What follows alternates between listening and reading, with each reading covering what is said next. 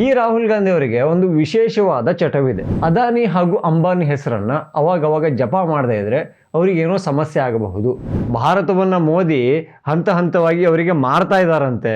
ಅವರು Chinese product ಅನ್ನ ತಂದು ಭಾರತದಲ್ಲಿ ಮಾರ್ತಾ ಇದ್ದಾರೆ ಅಂತ ನಮ್ಮ ರಾಹುಲ್ ಗಾಂಧೀಜಿಯವರು ಮಾತಾಡಿದ್ರು. ಯಾರಪ್ಪ ಅತಿ ಕಮ್ಮಿ ರೇಟಿಗೆ ಕೊಡ್ತೀರಾ ಅಂತ ಕೇಳಲಾಯ್ತಾ? ಆ ಪ್ರಶ್ನೆಗೆ ಉತ್ತರವನ್ನ ಕೊಟ್ಟವರೇ ಅದಾನಿ ಗ್ರೂಪ್ ಅವರು. ಧಗ ಅಂತ ಉರಿಯುವಂತಹ ರಾಹುಲ್ ಗಾಂಧಿ ಅವರು ಪರ್ಮಿಷನ್ ಕೊಡ್ತಾರಾ? ಈ ಅದಾನಿಗೆ ಏನಾದರೂ ಆ ಟೆಂಡರ್ನ ಕೊಟ್ಟರೆ ನಮ್ಮದು ಮಾನ ಮರ್ಯಾದೆ ಎಲ್ಲಿಗೆ ಹೋಗುತ್ತೆ ರೀ? ನಮ್ಮ ಚೆಂಡು ರಾಹುಲ್ ಗಾಂಧಿ ಅವರ ಅಂಗಳಕ್ಕೆ ಹೋಗಲಿದೆ. ಅವರು ಎತ್ಕೊಂಡು ಹಿಂಗೆ ವಾಪಸ್ ಕೊಡ್ತಾರ ಅಥವಾ ಎಡ್ಗಾಲಲ್ಲಿ ಒದಿತಾರ ಅನ್ನೋದಷ್ಟೇ ಕುತೂಹಲ. ಜೈ ಶ್ರೀರಾಮ್. ನಾನು Ajit Bopnalli. Welcome to Hosadiganta digital. ನಮ್ಮ ವಿಶ್ವನಾಯಕ ಹಾಗೆ ವಿಪ್ರೋತ್ತಮ ರಾಹುಲ್ ಗಾಂಧಿ ಅವ್ರ ಬಗ್ಗೆ ನಿಮಗೆ ಗೊತ್ತು ಅಲ್ವಾ? ಅರ್ರೆ, ಭಾರತೀಯರಾಗಿ ರಾಹುಲ್ ಗಾಂಧಿ ಅವರ ಬಗ್ಗೆ ಗೊತ್ತಿಲ್ಲ ಅಂದ್ಬಿಟ್ರೆ ಅದು ತಪ್ಪಾಗಲ್ಲ, ಅಪರಾಧ ಆಗುತ್ತೆ. ಈ ರಾಹುಲ್ ಗಾಂಧಿ ಅವರಿಗೆ ಒಂದು ವಿಶೇಷವಾದ ಚಟವಿದೆ. ಅಂದರೆ ಏನಂದರೆ, ಈ ಅದಾನಿ ಹಾಗೂ ಅಂಬಾನಿ ಹೆಸರನ್ನು ಅವಾಗವಾಗ ಜಪ ಮಾಡದೇ ಇದ್ದರೆ ಅವರಿಗೇನೋ ಸಮಸ್ಯೆ ಆಗಬಹುದು. ಹಾಗಾಗಿ ಅದಾನಿ ಅಂಬಾನಿ ಹೆಸರನ್ನು ಯಾವಾಗಲೂ ಎಲ್ಲ ಭಾಷಣಗಳಲ್ಲಿಯೂ ಎಲ್ಲಿ ಸಾಧ್ಯ ಆಗುತ್ತೋ, ಎಲ್ಲಿ ಅವಕಾಶ ಸಿಗುತ್ತೋ ಅಲ್ಲಿ ತೂರಿಸ್ತಾರೆ, ಪೋಣಿಸ್ತಾರೆ, ಅದನ್ನು ಸೇರಿಸಿ ಒಂದು ಭಾಷಣವನ್ನು ಮಾಡ್ತಾರೆ. ಅಂದರೆ ಅದಾನಿ ಮತ್ತು ಅಂಬಾನಿ ಮೋದಿಯವರ ಫ್ರೆಂಡ್ ಅಂತೆ. ಭಾರತವನ್ನು ಮೋದಿ ಹಂತ ಹಂತವಾಗಿ ಅವರಿಗೆ ಮಾರ್ತಾ ಇದ್ದಾರಂತೆ. ಅದರಿಂದ ಮೋದಿಯವರಿಗೇನೋ ಲಾಭ ಇದೆಯಂತೆ. ಈ ಚುನಾವಣೆಗಳಲ್ಲಿ BJP ಗೆಲ್ತಾ ಇರೋದಕ್ಕೆ ಏನು ಕಾರಣ ಅಂದ್ಕೊಂಡ್ರಿ? ಅದಕ್ಕೂ ಕೂಡ ಅಂಬಾನಿ ಅದಾನಿ ಇದರಲ್ಲಿ ಎರಡು ಹೆಸರಲ್ಲಿ ಒಂದು ಇದೇ ಇರುತ್ತಂತೆ. ಈ ಥರ ಸಾಕಷ್ಟು ಭಾಷಣಗಳನ್ನು ನೀವು ಕೇಳಿದ್ದೀರಿ.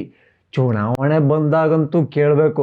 ಪ್ರತಿ ಸ್ಟೇಜಲ್ಲಿ ಅವರು ಗಾಂಧೀಜಿ ಹೆಸರನ್ನು ಹೇಳ್ತಾರೋ, ನೆಹರು ಹೆಸರನ್ನು ಹೇಳ್ತಾರೋ, ಇಂದಿರಾ ಗಾಂಧಿ ಅವರ ಹೆಸರನ್ನು ಹೇಳ್ತಾರೋ, ಅದಾನಿ ಅಥವಾ ಅಂಬಾನಿ ಹೆಸರನ್ನು ಹೇಳ್ತಾರೆ. ಈಗ ಸದ್ಯ ರಾಹುಲ್ ಗಾಂಧಿ ಅವರು ಎಲ್ಲಿದ್ದಾರೆ? ಭಾರತ ಬಿಟ್ಟು ಹೋಗಿದ್ದಾರೆ. ಬಿಟ್ಟು ಹೋಗಿದ್ದಾರೆ ಅಂದರೆ ಈ ಬ್ರಿಟಿಷರೇ ಭಾರತ ಬಿಟ್ಟು ತೊಲಗಿ ಅಂತ ಏನೋ ಶುರುವಾಯಿತು, ಆಮೇಲೆ ಬ್ರಿಟಿಷರು ಹೋದರು, ವಾಪಸ್ ಬರಲಿಲ್ಲ, ಆ ಥರ ಅಲ್ಲ. ಭಾರತ ಬಿಟ್ಟು ಹೋಗಿದ್ದಾರೆ, ಭಾರತಕ್ಕೆ ವಾಪಸ್ ಬರ್ತಾರೆ. ಜರ್ಮನಿಯಲ್ಲಿದ್ದಾರೆ. ಜರ್ಮನಿಯಲ್ಲಿ ಕೂತ್ಕೊಂಡು ಏನು ಮಾಡ್ತಾ ಇದ್ದಾರೆ?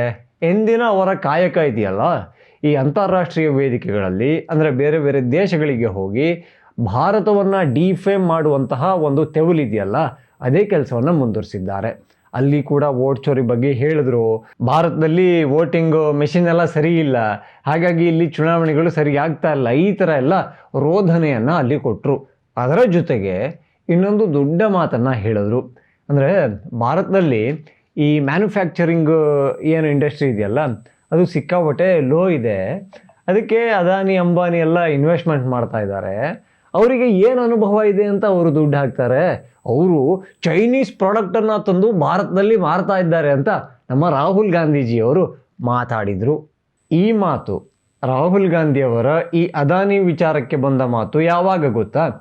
ಈ ನಮ್ಮ ಕರ್ನಾಟಕದ ರಾಜಧಾನಿ ಬೆಂಗಳೂರಲ್ಲಿ ಅದೇನೋ ಒಂದು ಸುರಂಗ ಕೊರಿತಾರಂತಲ್ಲ, ಟನಲ್ ರೋಡ್ ಮಾಡ್ತಾರಂತಲ್ಲ, DKಶಿ ಅವರ ದೊಡ್ಡ ಕನಸೊಂದು ಇದೆಯಂತಲ್ಲ, ಅದಕ್ಕೊಂದು ಬಿಡ್ಡಿಂಗ್ ಆಯ್ತಾ? ಆ ಬಿಡ್ಡಿಂಗಲ್ಲಿ ಯಾರಪ್ಪ ಅತಿ ಕಮ್ಮಿ ರೇಟಿಗೆ ಕೊಡ್ತೀರಾ ಅಂತ ಕೇಳಲಾಯ್ತಾ? ಆ ಪ್ರಶ್ನೆಗೆ ಉತ್ತರವನ್ನು ಕೊಟ್ಟವರೇ ಅದಾನಿ ಗ್ರೂಪ್ ಅವರು. ಸರ್, ನಮ್ಮದು ಈ ರೇಟಿಗೆ ನೀವು ಹೇಳಿದ್ದನ್ನು ಕೊರೆದು ಕೊಡ್ತೀವಿ, ಬಗೆದು ಕೊಡ್ತೀವಿ, ಅಗೆದು ಕೊಡ್ತೀವಿ, ನಮ್ಮದು ಈ ರೇಟ್ ಇದೆ ಅಂತ ಹೇಳಿದ್ರು. ಆ ರೇಟು ಬಾಕಿ ಎಲ್ಲ ಕಂಪನಿಗಳಿಗೆ ಹೋಲಿಕೆ ಮಾಡಿದ್ರೆ ಆ ಇಡೀ ಬಿಡ್ಡಿಂಗಲ್ಲಿ ಅತ್ಯಂತ ಕಮ್ಮಿಯಾದಾಗಿತ್ತು. ಇದು ಬಂದ ಮೇಲೆ ಈಗ ನಮ್ಮ ಕರ್ನಾಟಕದಲ್ಲಿರೋ ಕಾಂಗ್ರೆಸ್ ಸರ್ಕಾರಕ್ಕೆ ಅದಾನಿ ಅವರಿಗೇ ಕೊಡಬೇಕಾ ಅಥವಾ ರಾಹುಲ್ ಗಾಂಧಿ ಅವರ ಒಂದು ಮಾತನ್ನು ಕೇಳಬೇಕಾ ಅನ್ನೋ ಪ್ರಶ್ನೆಯಂತೂ ಖಂಡಿತ ಬರುತ್ತೆ. ಯಾಕೆಂದರೆ ಕಾಂಗ್ರೆಸ್ಸು ಹೈಕಮಾಂಡ್ ಪಕ್ಷ ಅಂತ ಅವರೇ ಹೇಳ್ತಾರೆ. ಹೈಕಮಾಂಡ್ ಹೇಗೆ ಹೇಳುತ್ತೋ ಹಾಗೆ ನಡ್ಕೋತೀವಿ ಅಂತಲೂ ಅವರೇ ಹೇಳ್ತಾರೆ. ಹಾಗಾಗಿ ಕಾಂಗ್ರೆಸ್ ಪಕ್ಷದಲ್ಲಿ ಒಂದು ಹುಲ್ಲು ಕಡ್ಡಿ ಶೇಖ್ ಅಬ್ದುಲ್ಲಾಗೆ ಆಗಬೇಕು ಅಂದರೆ ಅದು ಹೈಕಮಾಂಡಿನ ಆದೇಶ ಬೇಕು. ಅಂಥದ್ರಲ್ಲಿ ಈಗ ಅದಾನಿಯವರು ಕಮ್ಮಿ ಬಿಡ್ ಮಾಡಿದ್ದಾರೆ. ಬೆಂಗಳೂರಲ್ಲಿ ನಾವೇ ಕೊಡ್ತೀವಿ ಅಂತ ಗುದ್ಲಿ ಪಿಕಾಸು ಹಿಡ್ಕೊಂಡು ನಿಂತಿದ್ದಾರೆ. ಈ ಟೈಮಲ್ಲಿ ಅದಾನಿಯವ್ರನ್ನ ಕಂಡ್ರೆ ಈ ಒಂಥರ ಧಗ ಅಂತ ಉರಿಯುವಂತಹ ರಾಹುಲ್ ಗಾಂಧಿ ಅವರು ಪರ್ಮಿಷನ್ ಕೊಡ್ತಾರಾ? ಈ ಪ್ರಶ್ನೆಯೊಂದು ಕೇಳಬೇಕಾಗುತ್ತೆ. ಹಾಗಾದರೆ ಈಗ ನಮ್ಮ ಕಾಂಗ್ರೆಸ್ ಸರ್ಕಾರದ ಮುಂದಿರುವ ಸವಾಲುಗಳು ಏನು, ಸಾಧ್ಯತೆಗಳು ಏನಿದೆ? ಮೊದಲನೇದಾಗಿ ನಮ್ಮ ರಾಹುಲ್ ಗಾಂಧಿ ಅವರು ಈಗ ಜರ್ಮನಿಯಲ್ಲಿದ್ದಾರೆ.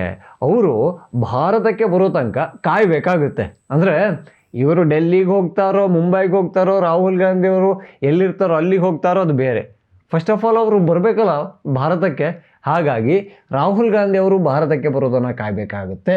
ಅದಾದಮೇಲೆ ಹೋಗಿ ಹೇಳಬೇಕಾಗುತ್ತೆ, ಸಾರ್ ಒಂದು ಎಡವಟ್ಟು ಆಗ್ಬಿಟ್ಟಿದೆ ಸಾರ್, ನಾವು ಹಿಂಗೊಂದು ಸುರಂಗ ಕೊರಿಬೇಕು, ಅಲ್ಲೊಂದು ರೋಡ್ ಮಾಡಬೇಕು ಅಂತ ಇದ್ವಿ, ನಾವು ಏನು ಮಾಡಿದ್ವಿ, ಒಂದು ಬಿಲ್ಡಿಂಗನ್ನು ಮಾಡಿದ್ವಿ, ಗುತ್ತಿಗೆ ಯಾರಿಗೆ ಬೇಕಪ್ಪ ಅಂತ ಕೇಳಿದ್ವಿ, ಅತಿ ಕಮ್ಮಿ ರೇಟಿಗೆ ಅದಾನಿಯವರು ಬಿಡ್ ಮಾಡಿಬಿಟ್ಟಿದ್ದಾರೆ ಸರ್, ಈಗ ನಾವು ಅದಾನಿಯವ್ರಿಗೆ ಕೊಡೋಕ್ಕಾಗುತ್ತಾ ಸಾರ್ ಅಂತ ರಾಹುಲ್ ಗಾಂಧಿ ಅವ್ರ ಹತ್ರ ಕೇಳ್ಬೋದು. ಇದು ಎರಡನೇ ಸಾಧ್ಯತೆ. ರಾಹುಲ್ ಗಾಂಧಿ ಅವ್ರು ಏನು ಹೇಳ್ಬೋದು, ಒಂದು ಕೆಲಸ ಮಾಡಿ, ಈ ನಮ್ಮ ದ್ವೇಷ ಅದೆಲ್ಲ ಇರೋದೆ ಈ ಕರ್ನಾಟಕದಲ್ಲಿ ಅದೊಂದು ಬೇಕು ಅಂತ ಅನಿಸಿದರೆ ನೀವು ಅವರ ಟ್ಯಾಕ್ಸ್ ದುಡ್ಡಲ್ಲಿ, ಅಂದರೆ ಕನ್ನಡಿಗರ ಟ್ಯಾಕ್ಸ್ ದುಡ್ಡಲ್ಲಿ ನೀವು ಮಾಡ್ತಾ ಇದ್ದೀರಾ, ಹಾಗಾಗಿ ಯಾರು ಕಮ್ಮಿ ಕೊಡ್ತಾರಲ್ಲ ಅವ್ರ ಹತ್ರನೇ ಮಾಡಿಸಿ, ರಾಜ್ಯದ ಹಿತ ಮುಖ್ಯ ಅಂತ ರಾಹುಲ್ ಗಾಂಧಿ ಅವರು ಅಪ್ಪಿತಪ್ಪಿ ಹೇಳಿದ್ರು ಹೇಳ್ಬೋದು. ಆದರೆ ಅಥವಾ ಏನು, ಅದಾನಿಯವ್ರಿಗೆ ನಾವು ಟೆಂಡರ್ ಕೊಡೋದ, ಕಾಂಗ್ರೆಸ್ಸಲ್ಲಿ ಇದೆಲ್ಲ ಆಗುತ್ತಾ? ಅರೇ ನಿನ್ನೆ ಕೂತ್ಕೊಂಡು ಜರ್ಮನಿಯಲ್ಲಿ ಅದಾನಿ ಅಂಬಾನಿ ಅಂತ ಮಾತಾಡಿ ಬಂದಿದ್ದೀನಿ, ಇಲ್ಲಿ ಭಾಷಣದಲ್ಲೆಲ್ಲ ಅದಾನಿನ ಎಲ್ಲ ಕಡೆ ಆಧಾರ್ ಕಾರ್ಡ್ ಥರ ಲಿಂಕ್ ಮಾಡಿದ್ದೀನಿ. ಈಗ ನಾವೇನಾದರೂ ಅಂದರೆ ಕಾಂಗ್ರೆಸ್ಸವಾಗಿ ನಾವು ಈ ಅದಾನಿಗೇನಾದರೂ ಆ ಟೆಂಡರ್ನ ಕೊಟ್ಟರೆ ನಮ್ಮದು ಮಾನ ಮರ್ಯಾದೆ ಎಲ್ಲಿಗೆ ಹೋಗುತ್ತೆ ರೀ ಅಂತ ದಬಾಯಿಸ್ಕೊಡಕ್ಕೆ ಕಳಿಸ್ಬಹುದು. ಸೊ ಕಾಂಗ್ರೆಸ್ ಎದುರು ಇರುವ ಆಪ್ಷನ್ಗಳು ಹಿಂಗಿದೆ. ರಾಹುಲ್ ಗಾಂಧಿ ಏನು ಹೇಳಬಹುದು ಅನ್ನೋ ಸಾಧ್ಯತೆಗಳು ಕೂಡ ಈ ಥರ ಇದೆ.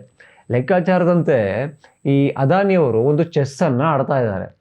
ಈ ರಾಹುಲ್ ಗಾಂಧಿಯವರು ಅದರಲ್ಲಿ ಚೆಕ್ಮೇಟ್ ಆಗ್ತಾ ಇದ್ದಾರೆ. ಅದು ರಾಹುಲ್ ಗಾಂಧಿ ಅವ್ರಿಗೆ ಗೊತ್ತಾಗ್ತಾ ಇದೆಯಾ? ಇಲ್ಲ, ಗೊತ್ತಾಗ್ತಾ ಇಲ್ಲ. ಆ ಬಾಲಬುದ್ಧಿಗೆ ಖಂಡಿತವಾಗಿಯೂ ಅರ್ಥವಾಗ್ತಾ ಇಲ್ಲ. ಯಾಕೆಂದರೆ ಇದೇ ಕಾಂಗ್ರೆಸ್ಸು ಅದಾನಿ ಅಂಬಾನಿ ವಿರುದ್ಧ ಎಷ್ಟೊಂದು ಭಾಷಣವನ್ನು ಮಾಡಿಲ್ಲ. ಇದೇ ಕಾಂಗ್ರೆಸ್ಸು ಭಾರತವನ್ನು ಅದಾನಿ ಮಾರಾಟ ಮಾಡ್ತಾ ಇದ್ದಾರೆ ಅಂತ ಎಷ್ಟು ಸಲ ಅಪಪ್ರಚಾರ ಮಾಡಿಲ್ಲ.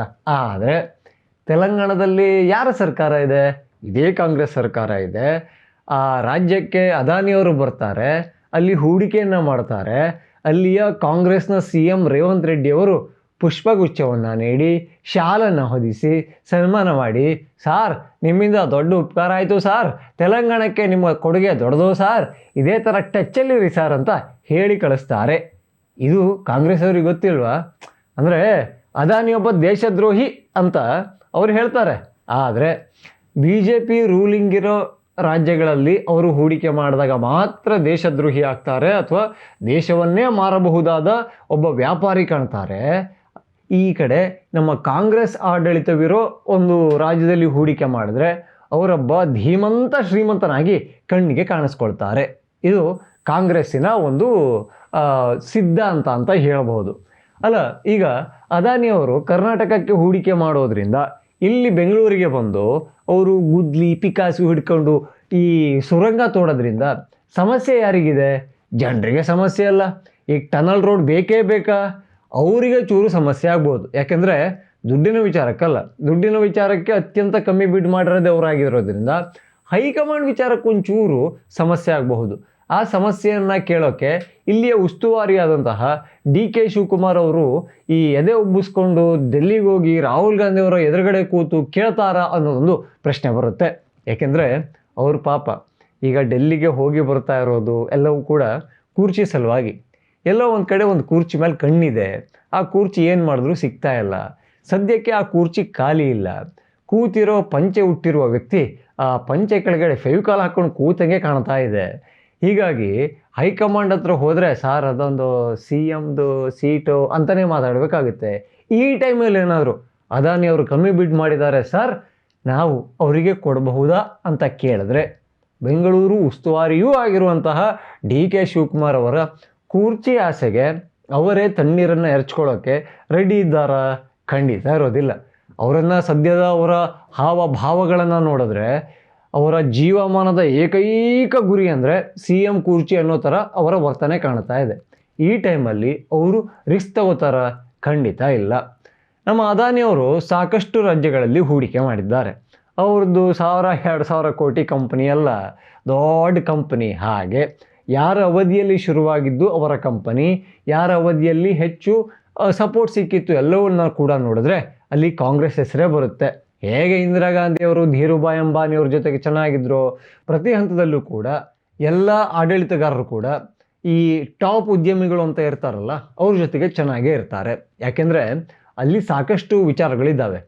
ಯಾವುದೇ ಸರ್ಕಾರ ಬಂದರೂ ಕೂಡ ಕೊಡಲಾಗದಷ್ಟು ಈ ಉದ್ಯೋಗಗಳನ್ನು ಪ್ರೈವೇಟ್ ಸೆಕ್ಟರ್ ಕೊಡುತ್ತೆ. ಅದರಲ್ಲಿ ಈ ಉದ್ಯಮಿಗಳ ದೊಡ್ಡದೊಂದು ಪಾಲಿದೆ. ಅವ್ರದ್ದೇನು ಪೆಟ್ರೋಲ್ ಬಂಕಿಂದ ಹಿಡಿದು ಬಟ್ಟೆ, ಗಾರ್ಮೆಂಟ್ಸು, ಮ್ಯಾನುಫ್ಯಾಕ್ಚರಿಂಗು, ಆಟೋಮೊಬೈಲ್ಸು, ಹೀಗೆ ಆಡು ಮುಟ್ಟದ ಸೊಪ್ಪಿಲ್ಲ ಅಂತಾರಲ್ಲ, ಅದೇ ಥರದಲ್ಲಿ ಟಾಪ್ ಉದ್ಯಮಿಗಳು ಕಾಲಿಡದ ಕ್ಷೇತ್ರವೇ ಇಲ್ಲ. ಅಲ್ಲಿ ಜಾಬ್ ಕ್ರಿಯೇಷನ್ ಆಗುತ್ತೆ. ಅದು ಯಾವ ಸರ್ಕಾರ ಬಂದರೂ ಕೂಡ ಮಾಡೋಕ್ಕೆ ಸಾಧ್ಯವೇ ಇಲ್ಲ. ಹಾಗಾಗಿ ಅವ್ರ ಜೊತೆಗೊಂದು ಬಾಂಡಿಂಗನ್ನು ಎಲ್ಲರೂ ಇಟ್ಕೋಬೇಕಾಗುತ್ತೆ, ಇಟ್ಕೊಂಡಿರ್ತಾರೆ.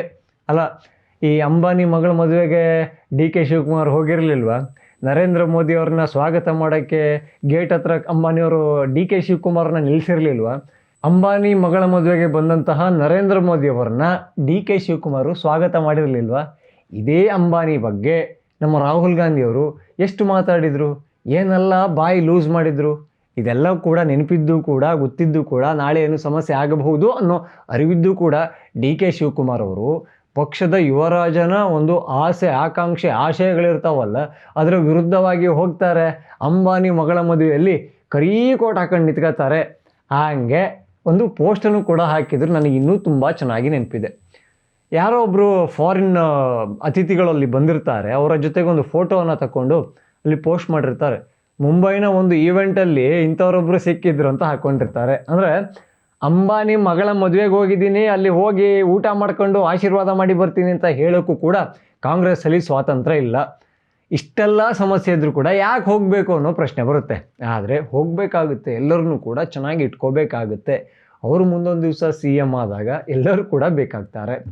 ಸೊ ಈಗ ಅದಾನಿ ವಿಚಾರಕ್ಕೆ ಬರೋದಾದರೆ, ಅದಾನಿಯವರ ಏನು ಟೀಮ್ ಇದೆಯಲ್ಲ, ಅದೇ ಬಂದು ಇಲ್ಲಿ ಬೆಂಗಳೂರಲ್ಲಿ ಸುರಂಗವನ್ನು ಕೊರೆಯುತ್ತಾ, ಅಥವಾ ನಮಗೆ ಲಾಸ್ ಆದರೂ ಪರವಾಗಿಲ್ಲ, ಜನರ ತಲೆ ಮೇಲೆ ಚಪಡಿ ಕಲ್ಲು ಬಿದ್ದರೂ ತೊಂದರೆ ಇಲ್ಲ, ಬೇರೆ ಕಂಪ್ನಿಯೇ ಕೊಡ್ತೀವಿ ಅಂತ ಇನ್ನಷ್ಟು ದುಬಾರಿ ಯಾರೆಲ್ಲ ಬಿಡ್ ಮಾಡಿದಾರಲ್ಲ ಅವ್ರ ಹತ್ರನೇ ಕಾಂಗ್ರೆಸ್ ಹೋಗುತ್ತಾ? ಅಥವಾ ಸರ್ ಅದಾನಿಯವರು ಬೆಸ್ಟ್ ಪ್ರೈಸ್ ಕೊಟ್ಟಿದ್ದಾರೆ ಸರ್, ನಾವು ಹೇಳಿದ್ಕಿಂತ ಒಂಚೂರು ಜಾಸ್ತಿನೇ ಇದೆ, ಆದರೂ ಕೂಡ ಇರೋದ್ರಲ್ಲಿ ಅದೇ ಬೆಸ್ಟು, ನೀವು ಏನು ಬೇಕಾದ್ರೂ ಅಂದ್ಕೊಳ್ಳಿ, ನಮ್ಮ ರಾಜ್ಯದ ಹಿತ ನಮಗೆ ಮುಖ್ಯ ಅಂತ ರಾಹುಲ್ ಗಾಂಧಿಯವ್ರನ್ನ ಒಪ್ಪಿಸ್ತಾರಾ? ಇದೆಲ್ಲ ಪ್ರಶ್ನೆ ಈಗ ಕಾಡ್ತಾ ಇದೆ. ನನಗೆ ಅನಿಸಿದ ಹಾಗೆ ಅವ್ರ ಹತ್ರ 2 ಆಪ್ಷನ್ ಇದೆ. ಒಂದು ಅದಾನಿ ಕೊಡೋದು, ಅಥವಾ ಟನಲ್ ರೋಡನ್ನೇ ಮರೆಯೋದು. ಯಾಕಂದರೆ ಅದಾನಿ ಕೊಟ್ಟರೆ ಏನೂ ಸಮಸ್ಯೆ ಇಲ್ಲ, ಅಲ್ಲಿ ಮೇಲ್ಗಡೆ ಚೂರು ಸಮಸ್ಯೆ ಆಗ್ಬೋದು. ಆದರೆ ಟನಲ್ ರೋಡ್ ಮರೆತು ಬಿಟ್ರೆ ಎಲ್ಲರಿಗೂ ಒಂಥರ ನೆಮ್ಮದಿ. ಯಾಕಂದರೆ ಈಗ ಆ ಟನಲ್ ರೋಡ್ ವಿರುದ್ಧ ಸಾಕಷ್ಟು ಆಕ್ಷೇಪ ಜನರಿಂದನೇ ಬರ್ತಾ ಇದೆ. ಅದು ಯಾಕೆ ಬೇಕಿತ್ತು, ಯಾಕೆ ಬೇಕು, ಬರೀ ಕಾರ್ ಓಡಾಡೋಕ್ಕೆ ಅಂತಲೇ ಒಂದು ಸುರಂಗ ಕೊರಿತಿದ್ದೀರಲ್ಲ ಅಂತ ಪ್ರಶ್ನೆಯನ್ನು ಕೇಳ್ತಾ ಇದ್ದಾರೆ. ಅದು ಅತ್ಯಂತ ದುಬಾರಿ ರಸ್ತೆಗಳಲ್ಲಿ ಒಂದು ಅಂತ ಹೆಗ್ಗಳಿಕೆಯನ್ನು ಪಡ್ಕೊಳ್ತಾ ಇದೆ. ಸೊ ಅಲ್ಲಿ ಏನು ಅವರು ಪ್ಲ್ಯಾನ್ ಮಾಡ್ಕೊಂಡಿದ್ದಾರಲ್ಲ, ಅದು ಪ್ರಕೃತಿಗೆ ವಿರೋಧವಾಗಿದ್ದು, ಪರಿಸರಕ್ಕೆ ವಿರೋಧವಾಗಿದ್ದು ಅಂತ ತಜ್ಞರು ಕೂಡ ಹೇಳ್ತಾ ಇದ್ದಾರೆ. ಹಾಗಾಗಿ ಅವರು ಬಿಟ್ಟರು ಒಳ್ಳೆಯದೇ, ಕೊಟ್ಟರು ಒಳ್ಳೆಯದೇ ಅನ್ನೋ ಲೆಕ್ಕದಲ್ಲಿ ಈಗ ಜನ ನಿರ್ಧಾರ ಮಾಡಿದ್ದಾರೆ. ಸೊ ಈಗ ನಮ್ಮ ಚೆಂಡು ರಾಹುಲ್ ಗಾಂಧಿಯವರ ಅಂಗಳಕ್ಕೆ ಹೋಗಲಿದೆ. ಅವರು ಎತ್ಕೊಂಡು ಹೀಗೆ ವಾಪಸ್ ಕೊಡ್ತಾರಾ ಅಥವಾ ಎಡ್ಗಾಲಲ್ಲಿ ಒದಿತಾರ ಅನ್ನೋದಷ್ಟೇ ಕುತೂಹಲ. ಇನ್ನೂ ಯಾರಲ್ಲ ಹೊಸ ದಿಗಂತ ಚಾನಲನ್ನು ಇನ್ನೂ ಸಬ್ಸ್ಕ್ರೈಬ್ ಆಗಿಲ್ವೋ ಅವರು ಸಬ್ಸ್ಕ್ರೈಬ್ ಆಗಿ, ಹಾಗೆ ಎಲ್ಲ ವಿಡಿಯೋಗಳಿಗಾಗಿ ಬೆಲ್ ಐಕಾನನ್ನು ಒತ್ತಿ. ಜೈ ಶ್ರೀರಾಮ್.